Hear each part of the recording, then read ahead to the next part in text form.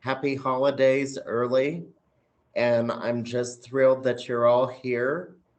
So let's go ahead and do roll call, and I'd like to ask either Alan or Lisa to take roll call. I will take care of it. Jamie Martinez. Here. Monica Adderidge. Keith Becker. Here. Sarah Dorman. Here. Jeremy Musgrove. Stephanie Birdwell. Hello, I'm here. Rachel Simakonda. Okay. And Monica just came in. So Monica, I'm going to call you for roll call. Monica. Here. Excellent. So you do have a quorum, Jamie? Oh, fantastic. That's what I like to hear. So let's see here.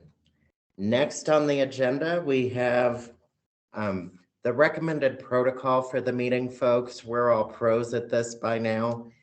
If you want to speak, just place it in chat and you will be called on in the order that you appear in chat to say your piece.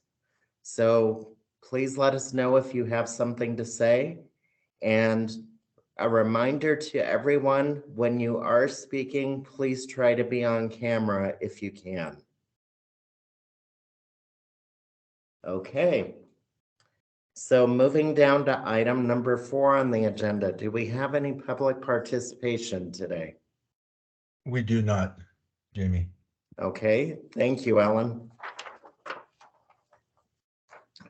Moving on to informational items from Commission on Inclusion and Adaptive Living members. So if anyone has an informational item that they'd like to share, please do so. This is the time.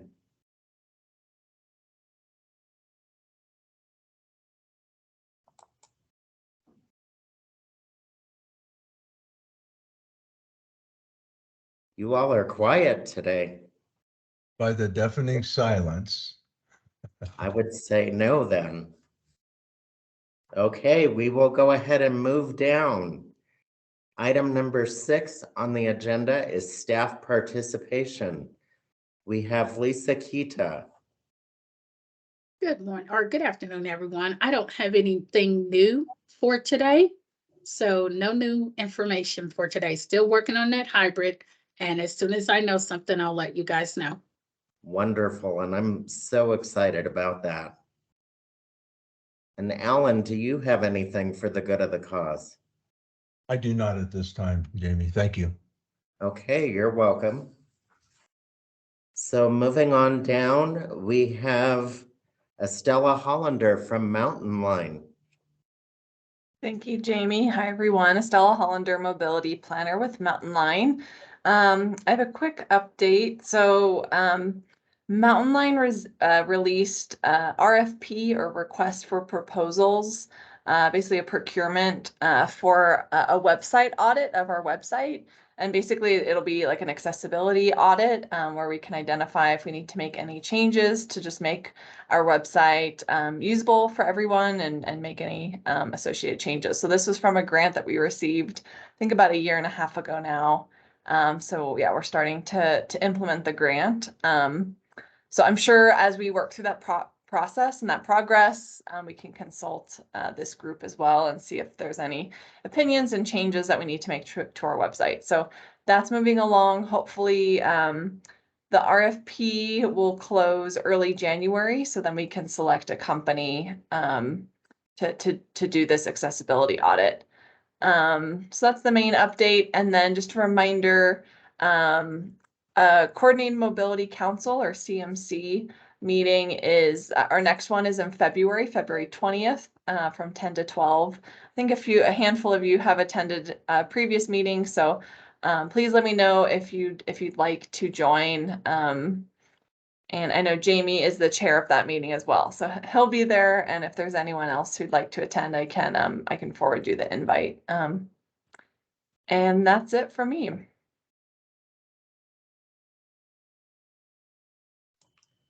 Thank you so much, Estella. It's Thank good you. to have you here and good to see you. Yeah, good to see you as well. Okay, do we have any questions for Estella?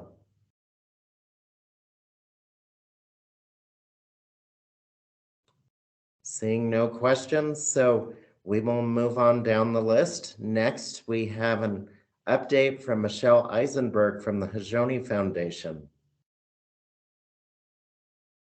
And Chair Martinez, I do not see her on the call this morning, or this afternoon, Okay. excuse me. Thank you. And then we will go ahead and move on down to Mr. Russ Randall, the youth liaison. Thank you, Jamie. And good afternoon, everybody. I have a couple of things to talk about. The Community of Practice Transition Team has just completed updating its charter. And we made quite a few changes, actually. Some of the update was just with regards to language and actually kind of the role of the community practice team itself. But that, we've completed that process. And I'm kind of proud to say that I think we have a very strong charter document now, and very current charter document. And I think that's something I'll be sending, Alan, I think I'll send that to you. And if you could distribute that to the commission members, that would be wonderful. I would appreciate that. Absolutely. And then the second thing I have to talk about is there is an event called the 2023 Superfest Football and Chair Camp. And the Superfest Football and Chair Camp occurs every year, the Saturday before the Super Bowl, where the Super Bowl is being held and where the Super Bowl is being hosted. So this year, of course, the Super Bowl is in Phoenix. And so the event is actually happening in the Phoenix area. It actually is taking place at Pioneer Park, which is in Peoria. It's Saturday, February 11th on the 23rd from 10 to 1 p.m. And what it is an accommodated training camp. Training for football skills and cheerleading skills. And it's accommodated so that it meets the needs of folks with developmental and or intellectual disabilities, to the point where they have tons of volunteers who work one-to-one with the participants. There are 2-hour coaching sessions, and then there's kind of a 1-hour game kind of activity. And I think it's kind of a cool event. So I'm just kind of spreading the word. I've been volunteering. I've been working on the planning committee for the last month or so, or a couple months, I guess. And the event is actually facilitated by something called the Matthew Foundation.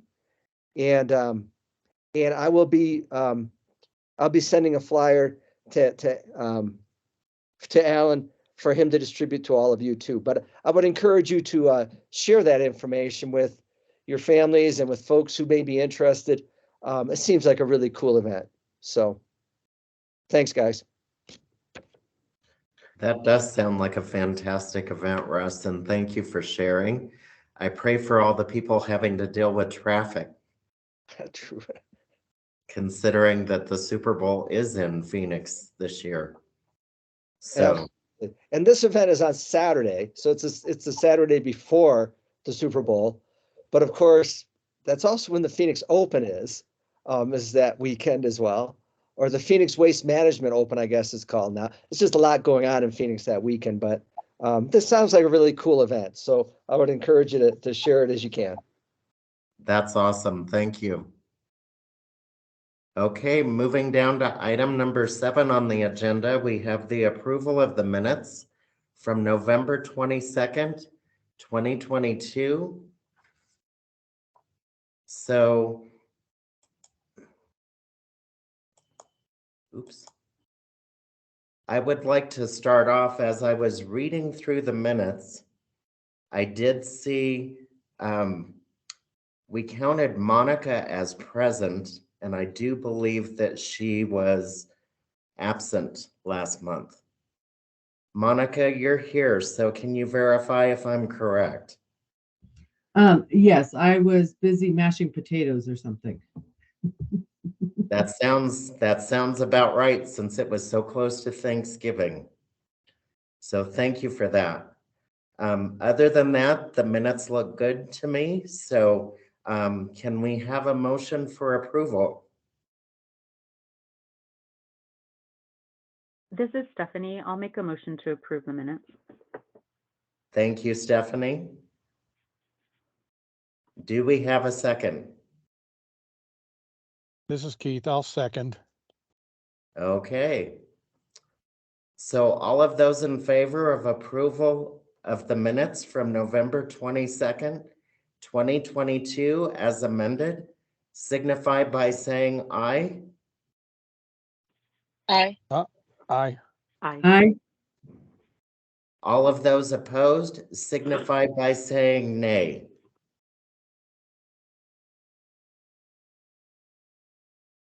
Hearing no opposition, the motion is carried and passed for the approval of the minutes from November 22nd, 2022 as amended. Thank you so much, folks.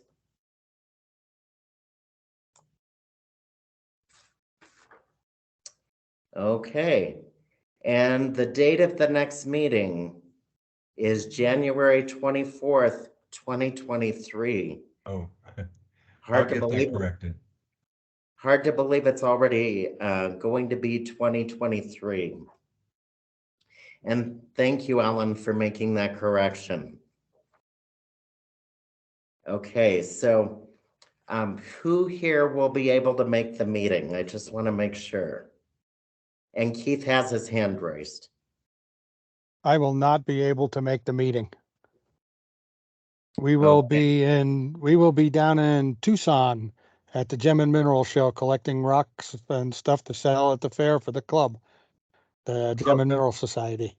That sounds fantastic, Keith. I'd like to have you here. Is there another Tuesday that might work better for you? Well, let's see, I'm looking at it. Either Tuesday, either the 17th or the 31st. Okay. I know that Stephanie said that she can be here on the 24th. Stephanie, check your calendar. What does the 17th or the 31st look like? And she says any of those can be okay. And Monica, you have the floor.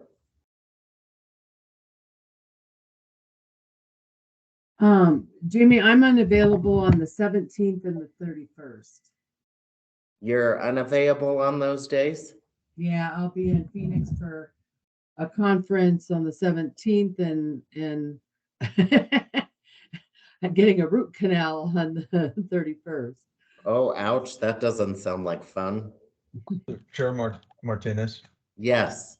what we can do is I will send out an email to all the commission members with suggested dates other than the 24th. And if people, what we're looking for is a quorum. So Right. the January 24th will stand unless all commission members decide on an alternative date, which will be agreed upon, and then I'll make the changes. That sounds perfect. And thank you once again, Alan. You're welcome. Okay. And then moving down to item number 9, we have an action item. We have to ratify the November 22nd, 22 agenda due to improper posting on the city website for access to public. Upon ratification of the November 22nd, 2022 agenda, it will be posted and November minutes will be finalized and posted to the city website. So in my whole time on the commission, I've never had to ratify anything. So Mr. Allen, could I have your assistance with doing that? Yes. So what you'll ask the commission to do is to ratify the agenda for November. And then you'll have a second. And what that'll signify is that we noted that it wasn't for public access, but we've reposted it so that people can go back in and see what we discussed along with the minutes. And that'll be proper according to the policies and procedures of commissions. So as I'm understanding, I just called for a motion of ratification, correct? Correct. Okay, perfect. Thank you for helping me with that. You're very welcome.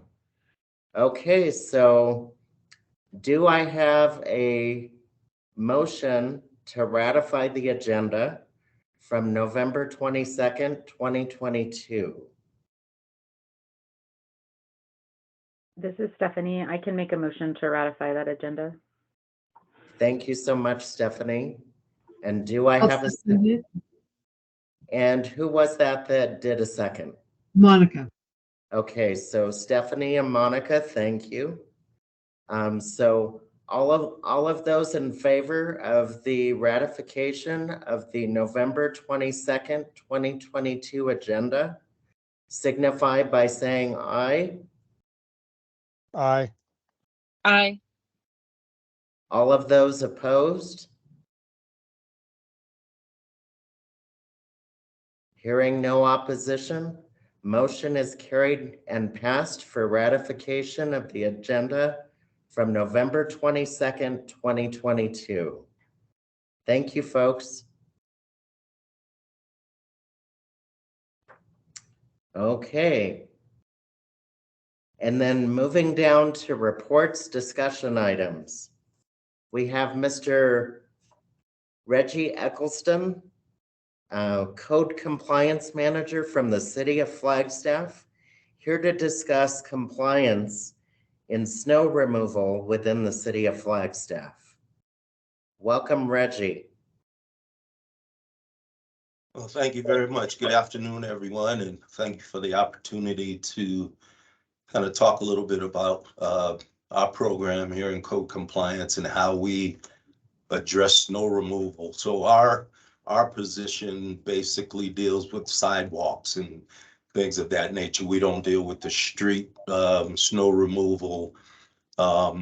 We utilize our code in Title 8. It's Title 8-03-01-004. And that is the removal of snow and ice. And that basically discusses the process of how we get snow removed from the sidewalks if property owners or other entities do not do it themselves. Now that we're right smack in the middle of snow season and we got a good snowfall already, you know, we're definitely out there trying to address the issues. And I say trying because code compliance is a very, very small department.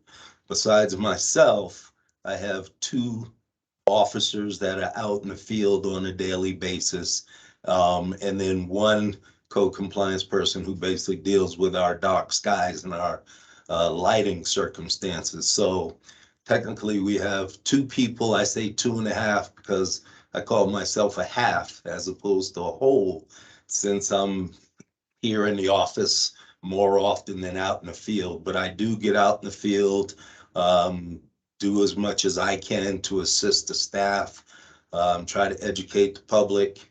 But it is a very, very difficult task during the winter. And I actually had an opportunity to get out this morning, right around town, to kind of get a feel on what's out there right now. I know, you know, the 2 little storms that we've had, there are obviously some places that still need attention. So the way we do it, and forgive me if I'm, you know, taking too long, or I'm not sure how much time you're giving me, but I do want to just give a brief overview on how we go about it, and then answer any questions that you may have, unless there's a different way you want me to do this. So I'll give you a second to either tell me to keep going, or you got questions or discussion items you want me to hit right away. You're doing fine, Reggie. Keep going. Okay, thank you very much. Thank you. So the code basically says that after snow, the accumulation ceases, then property owners have 24 hours to remove snow and ice from the sidewalks. That's what the code says. We know realistically that doesn't always happen. We do appreciate people that are able to do that, but we also understand the reality of things. And there are times that people don't have the ability themselves, so then they're at the disposal of others.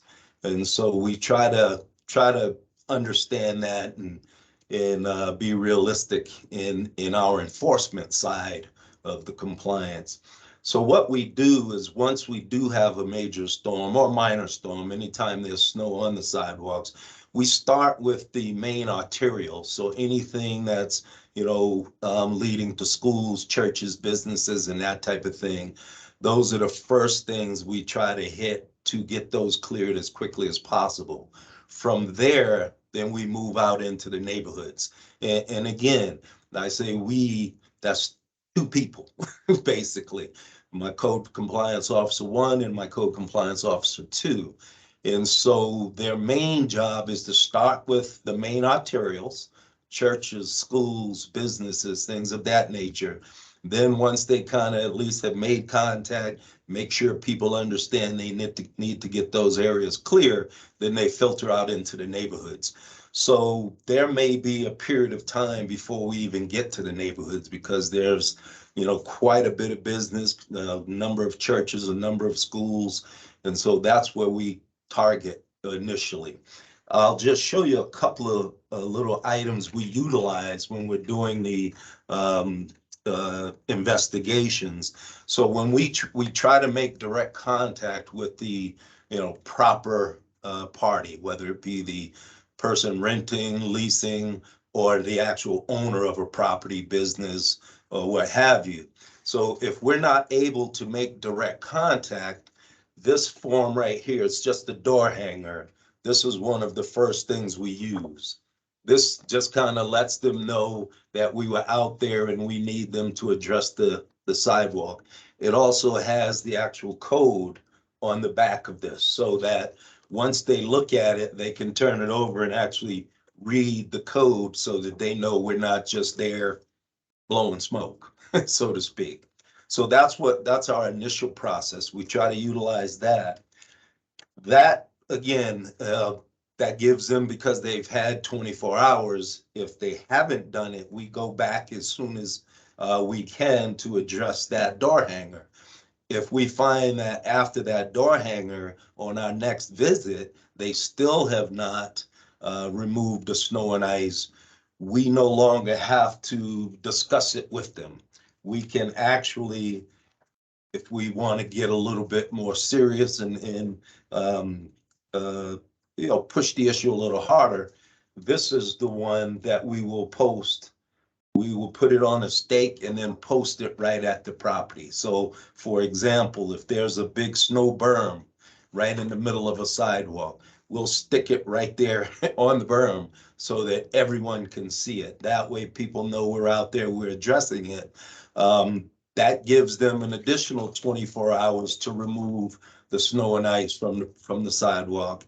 If that's not done, then we have the ability to either find someone that we can hire to remove it and then send that business owner or resident the bill, or we basically just try to hire a contractor.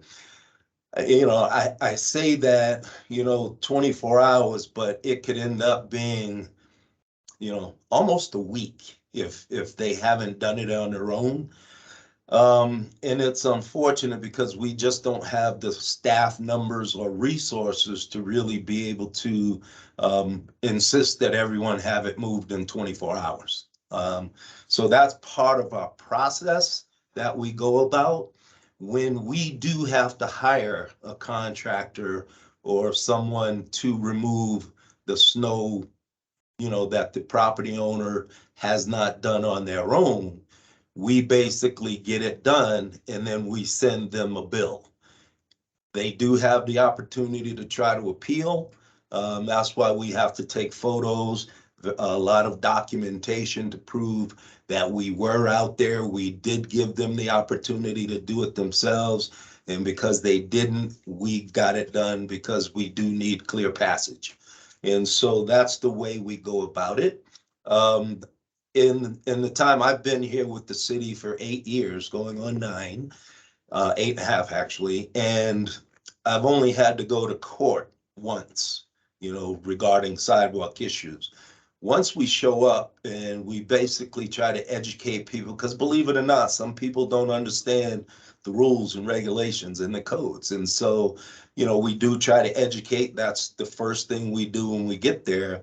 But then if once they've been educated and they continue to just not do it or refuse to do it, we do have the ability to, fine them. We can assess fines as well as clear the sidewalk and have them pay for it.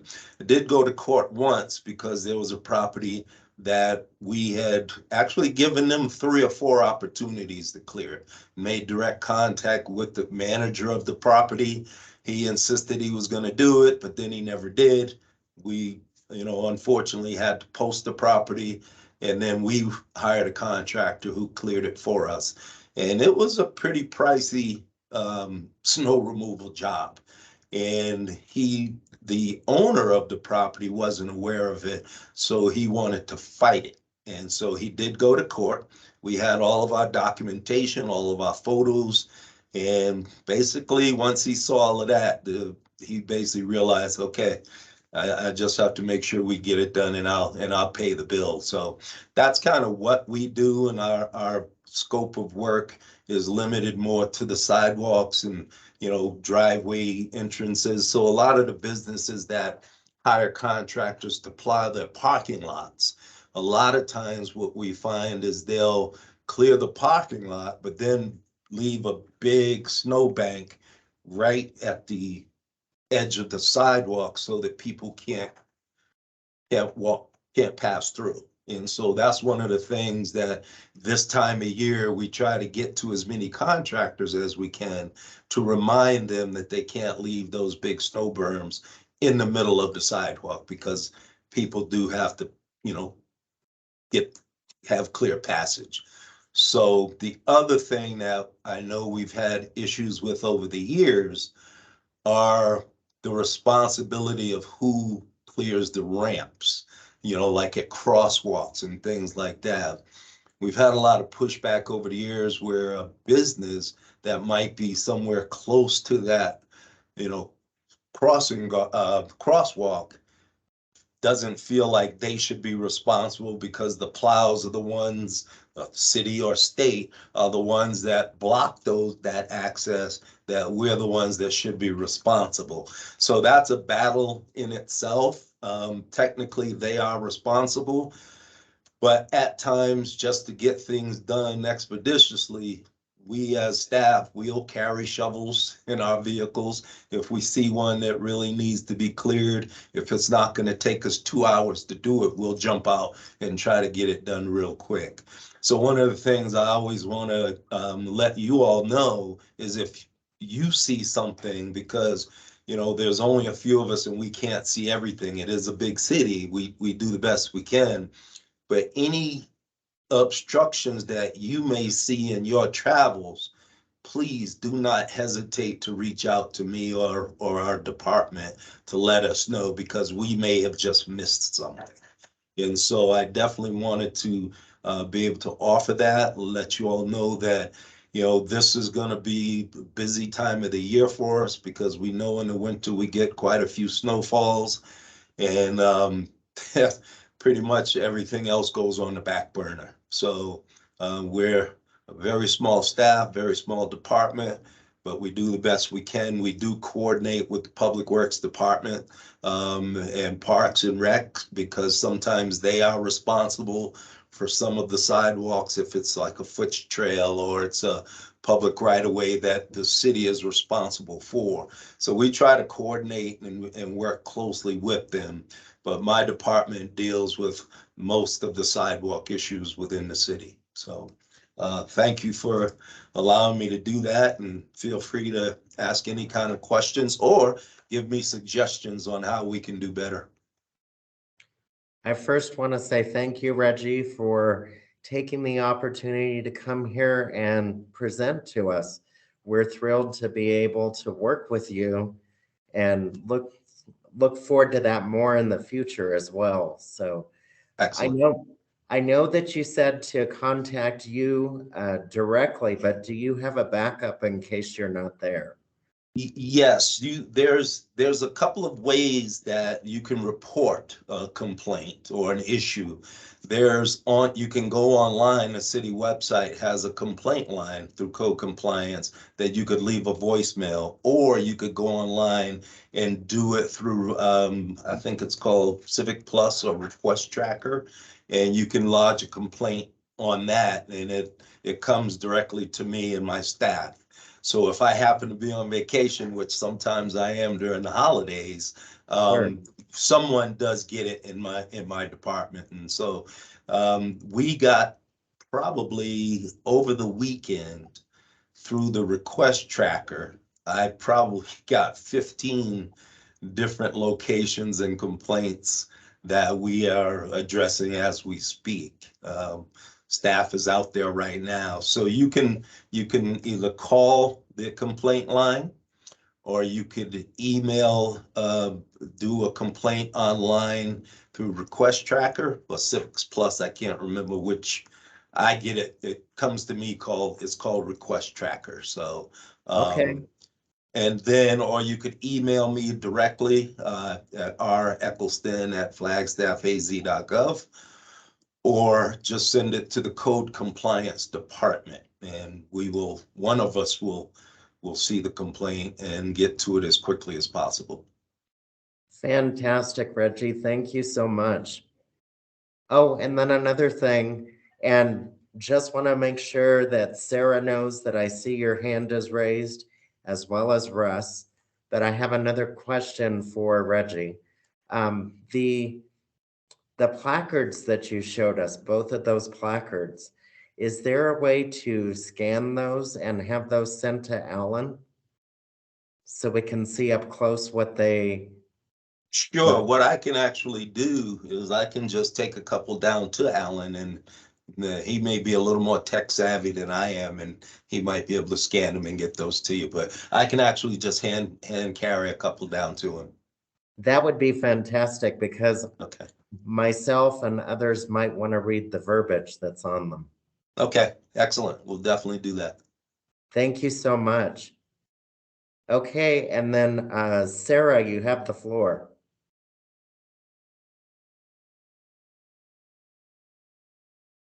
Awesome, thank you. I have lots of questions, so I just might do, I shouldn't say lots, I just have a few. I've lived here for about 16 years now. I was a student here in the late 90s, graduated in 2000. So I've been around for a while, and there's always some questions that, and you hit on it a little bit. And for me, I see some big issues like with the snow plows, and I know that's not your purview. But they push really big berms of really nasty snow back up onto your sidewalk. And it's hard enough for my husband and I to clear, we've been here. I mean, I've been shoveling snow for a long time, and yeah, I'm in my mid 40s now, but I mean, this was hard when I was in my 20s. Then I started thinking about those that are disabled or elderly. They're having to deal with that, let alone they can't back their car out of it because they have these giant boulders of snow. In my neighborhood, it's a private street, and our snowplow driver just made like a 5 foot high berm on the sidewalk of our neighbors. And so that makes it really hard for me to see, like, how can we rectify that situation? Because I think some of these issues are because of that. Like, we used to plow to the middle of the road, so and we had a plow truck driver that did that, and that was incredibly helpful. So I'm just kind of wondering if there are some solutions we can look at on that side to remove that as part of that issue. So for that part of it, we would probably try to get together with Public Works. They're the ones that take care of the plows. So Scott Overton actually, he realizes the situation that's out there. And we've actually had a couple of discussions on how to make that better, because, once I show up or my staff shows up at a property and they have already cleared their sidewalks, and then the plows come back and the sidewalks are full of snow again, to where it almost looks like, if that's the first time we've seen it, we may think they haven't even done it yet. And so that's one of the things that I do hear on numerous occasions. Hey, I've already done it. It's come, they've come right back. I had just finished it 30 minutes ago and they came back 5 minutes ago, and I'm elderly, or I'm not, I'm not in the same physical condition I was in 30 years ago, and I just can't do it. So with that said, those are discussions that we're working on and having, because I'm not in this job to punish people. I'm in this job to try to help and find solutions to problems that have existed for many, many years. And so I've actually battled with the upper management at times, because I've been asked numerous times, why haven't you fined them? Why haven't you punished them? And I say, because that's not why I'm here. I'm here to help, find a solution. And so that's an issue that we're discussing, and hopefully with maybe help from all of you, we can kind of put our heads together and find a different solution. Just like you said, putting it in the middle of the street was a solution in the past. I know they do that in some areas still, but then others they don't. So how do we go about getting maybe that done where you are? You know what I mean? So Public Works is the department we could talk to. Scott Overton's a great guy. He's very, very conscientious about this stuff. And he will do anything he can to try to come to a better solution. So cinders is another issue. So I have the kind of attitude where snow comes from the sky. So, I get it. The first thing, it's the property owners. I have no problem making sure they do it. But then when they clear it up, all of a sudden the trucks come and they put cinders all over the streets and they end up on the sidewalk. And then the property owners say, well, wait a minute, I didn't put the cinders here. And I said, well, I know you didn't put the snow there either, but, snow comes from the sky, cinders come from the trucks. And so I'm having an internal battle with that, because I would like to at some point potentially see other solutions where maybe we have some type of group, because the guys in the trucks can't get out now, shovel or sweep the cinders off the sidewalk. Maybe we'll have we could develop a little group or coalition where, knowing this happens, instead of trying to punish and force the property owners to do it when they've already done it once, maybe we have a group that can go out and assist like that. My staff and we utilize community service workers a ton during the winter time. So we have folks that go out there and actually shovel walks in neighborhoods, because we know there's disabled and elderly that just can't do it themselves. We're trying to develop a list of those people that we know are the disabled or handicapped and can't do it themselves, so that we can kind of put them on the radar before a storm, have it situated so we can get out there and help them. So that when people are walking and all they do is, say, well, this sidewalk's not done, that one's not done, we have a better idea on where we might be able to put this little bit of resources we have to help assist those people.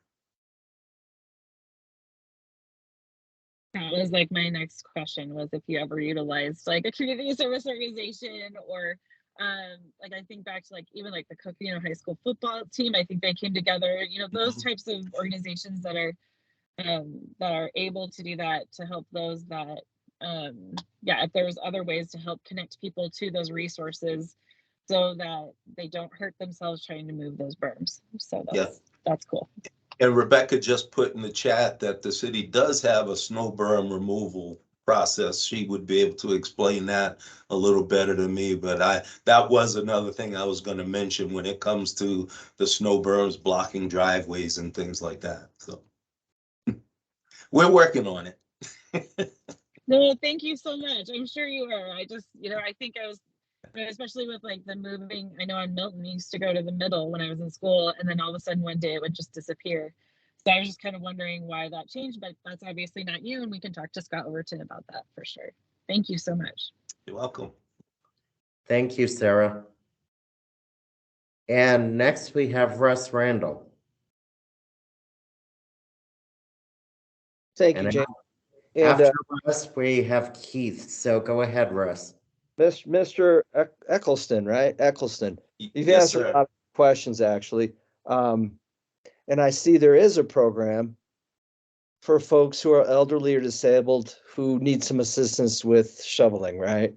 Yes. So literally this last snowstorm, I was back from my walk and there was my old neighbor out there shoveling, you know, it was 6 o'clock at night.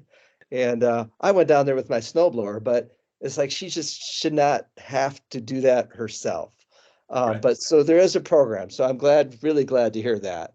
I have a question with regards to a landlord or a tenant. Who is legally responsible for removing the snow, the landlord or the tenant?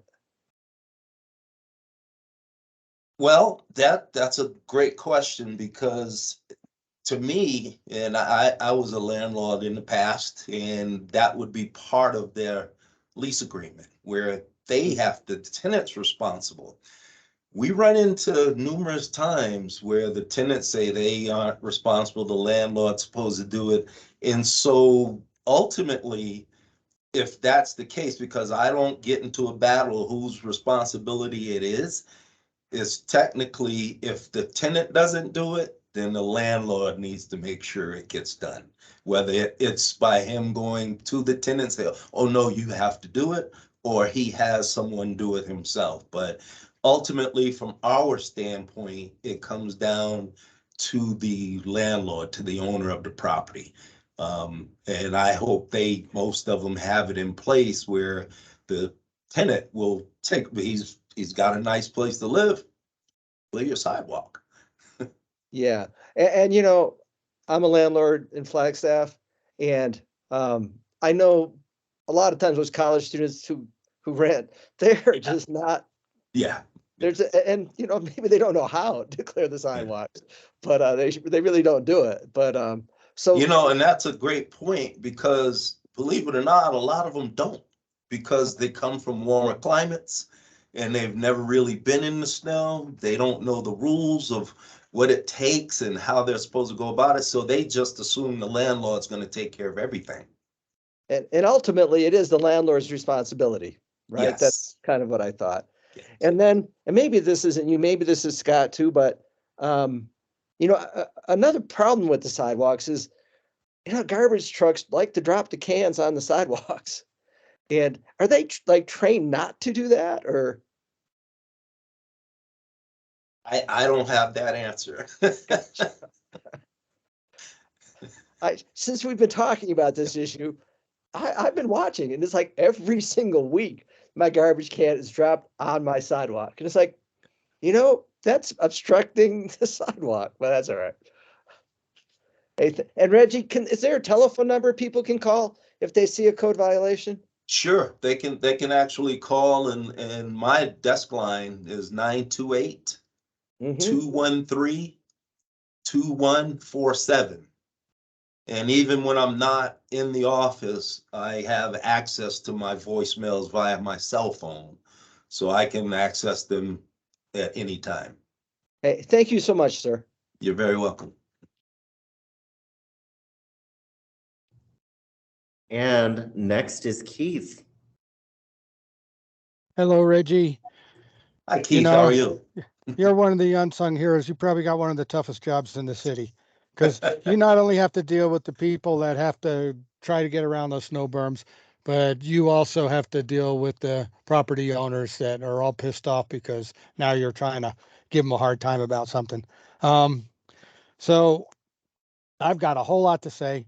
We don't have a whole lot of time. I would like to invite you back for all of our meetings, at least throughout the winter time, because that's most of the Okay. time when you're involved in these things. It's this is me asking if you could come back and maybe we could do some more discussions. Um, I would like to see if we can help you get some more staff somehow, because your staff is helping us get the sidewalks clear. Some of us do not have the ability, one, to clear, but mostly when we are trying to get from point A to point B, we can't do it. Mhm. Okay. My wife Right. is homebound almost all winter. Okay. She can't even get to the bus stop because a lot of the times people have not shoveled, or there's big snow berms on the corners where she's supposed to cross, and so on and so forth. Um, I'll give you a little example. This last Sunday, I went down West Street, only part of West Street, not the whole thing, and I came across probably 44 places that were violating the policy. Okay. And that's not the ones that only had one snow shovel width, which does not handle a wheelchair. But, I mean, because the policy does say you have to go out Yeah. for the full width of the sidewalk, or 5 feet if the sidewalk, at least 5 feet if the sidewalk is bigger than that. So while I was going down 4th Street, this was the day before on Saturday, I saw a gentleman in his 3-wheeled little cart.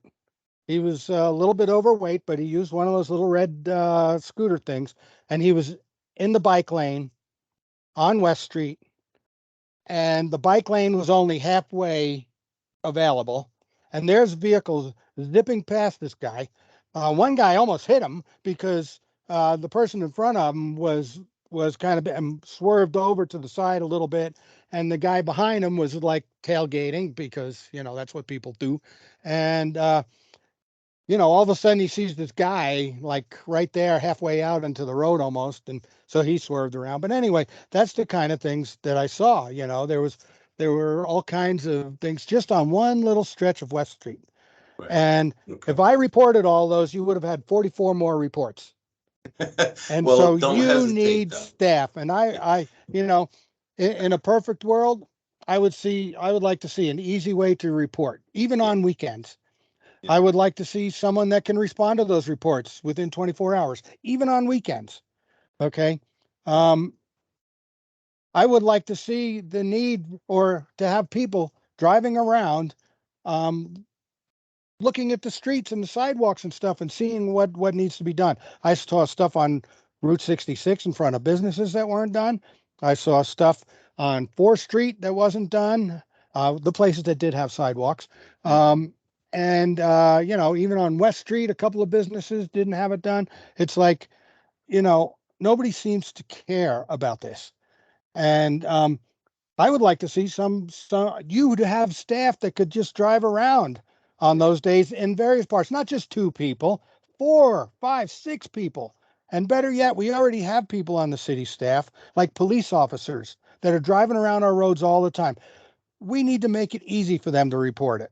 Of course, you need more staff to respond to those reports. So, it's a catch-22, right? And so, I would like to see how we could maybe help that. And maybe we could use that in some discussions, because it's not just the police, it's the people in the trash trucks. Okay. They see it too. They're out there twice a week. Well, one of them is picking up trash, one of them is picking up recycle, and they're driving by that stuff all day long. In fact, they drive more roads than the police do. So, you know, it's, it, there are ways that we can possibly get this done. But I see one of the kickers is this poor guy, Reggie, he needs some more staff, and he needs more money in his budget to pay that staff and to get them out in vehicles and to get this kind of stuff done. Because what's not the understanding is the people of the city don't understand it. The people in the city council and stuff like that probably don't understand it, or they throw you a lot more money. If those people in the city council were trying to get down the street in a wheelchair, they would be hard pressed to do any of that in the wintertime.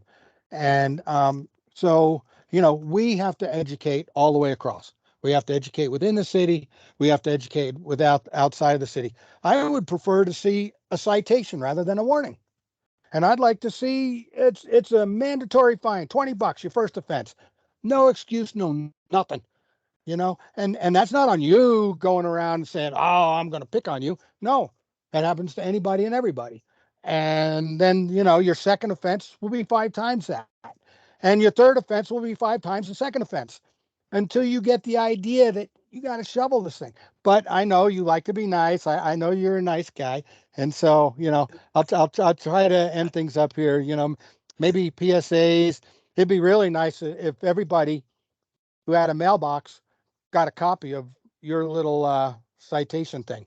That So- little thing you throw on the doorknobs. But that costs money also. So we have to get up with the city council and we have to get some money out here to improve this. That's the only way this is going to improve anywhere, even with garbage trucks putting trash cans out, all kinds of things. We're going to have to hit the city with all that stuff. So I will shut up and I will let the next person come online, and I'll talk some more with you the next time.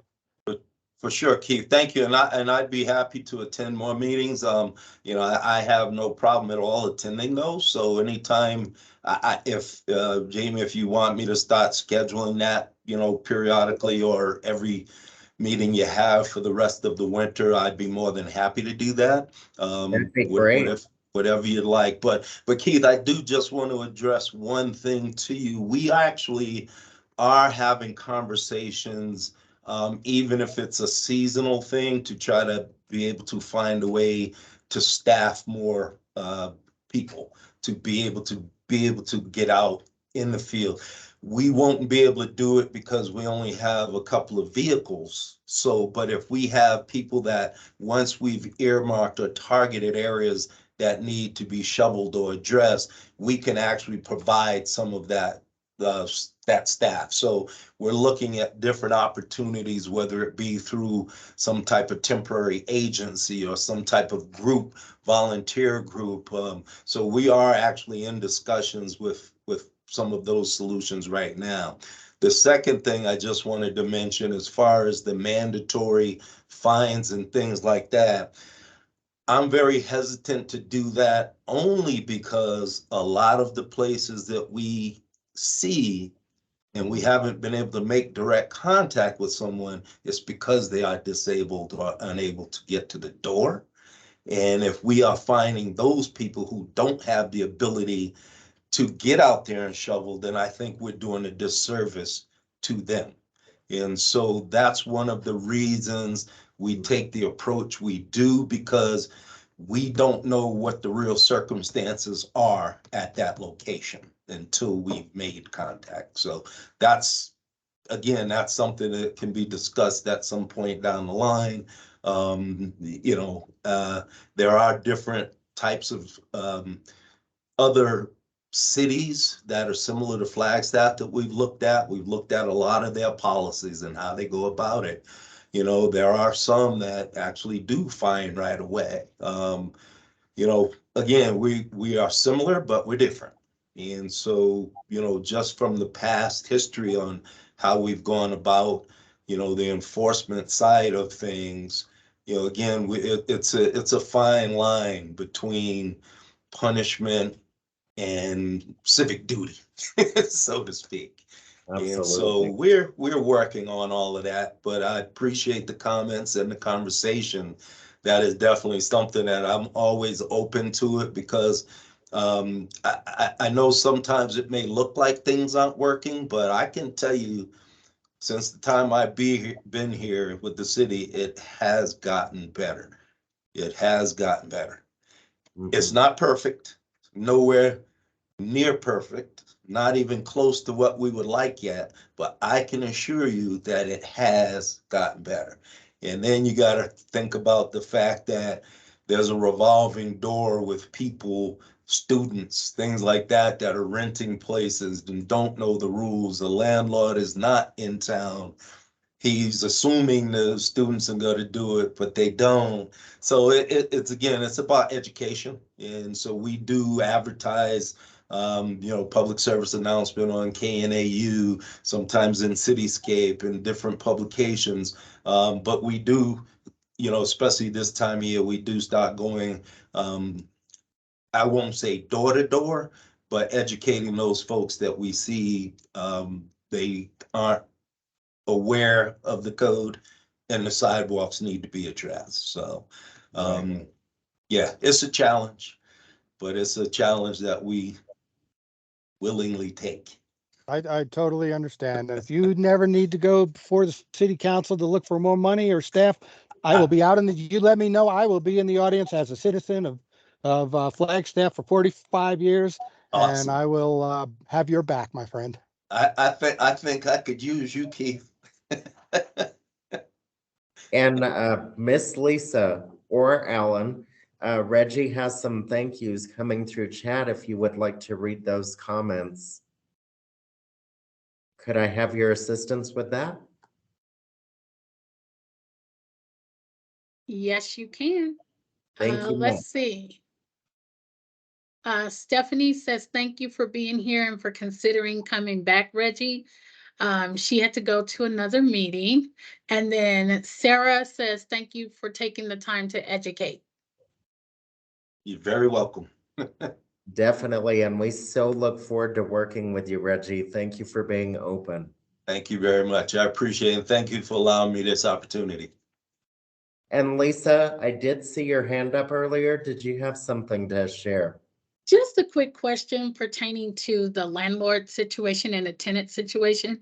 What is the protocol if you live on an HOA property and it's not in your leasing agreement? Who's actually supposed to shovel the snow? Okay.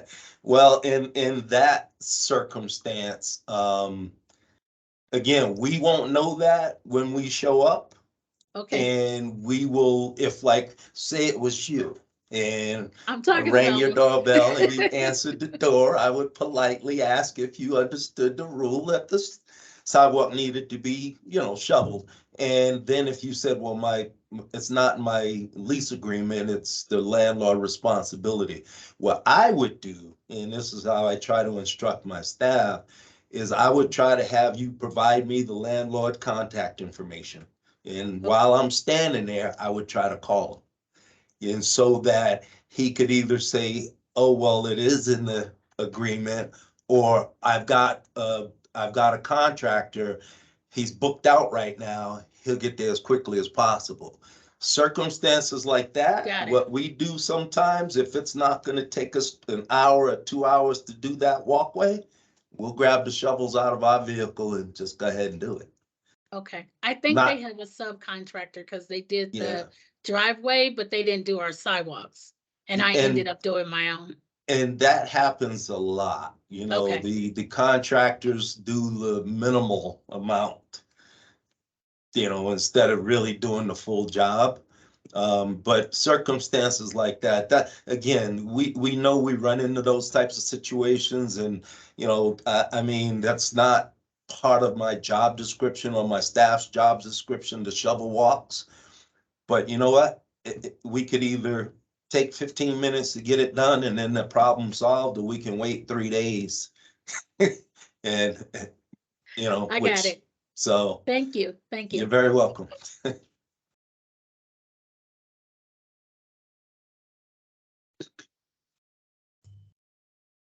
Okay, and thank you much, Reggie. Happy holidays, and we will see you most likely in 2023. Take care. Okay, and next on the agenda, Martin, I just wanted to ask you about how much time would you need to present?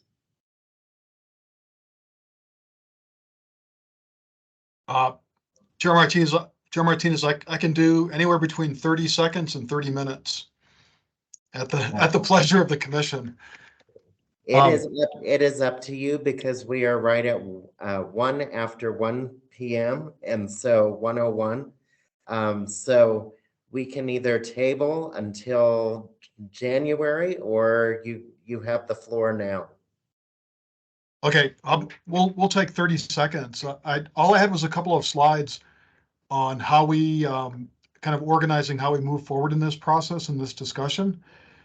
Probably the principal one was the idea of compiling a working outline to capture some of the information that we hear and some of the ideas that we generate in the course of this discussion, with the idea of working towards having a set of strategies or implementation at the end of the discussion that we can actually make progress with on some of these issues. Mm-hmm. So that's in a nutshell what my slides were about. And this, I will also add that the city approved an active transportation master plan at the beginning of November. And two of the things that we listed as priority goals, things that should be done as quickly as possible, are to address maintenance and snow removal. So this kind of falls right into that, those set of strategies. Wonderful. And Alan and I have talked about it outside of the meeting, and I'm happy to lend whatever staff support to help kind of fill in some of the blanks or help organize your discussion as best I can. That's fantastic, Martin. Thank you so much. And Lisa or Alan, I would like to ask that Martin be moved up on the agenda. Can you be here in January, Martin? Yes. Okay, because I don't want to shortchange Martin and what he has to present. He will be first on the agenda. Perfect. Thank you. And thank you again, Martin, for always taking the time to be here. You're welcome, Mr. Chair. All right. So next on the agenda is the agenda for the next meeting. And as you just heard, we have Martin, one of the first on the agenda for January 2023. And we will continue with our discussion about snow removal and that process.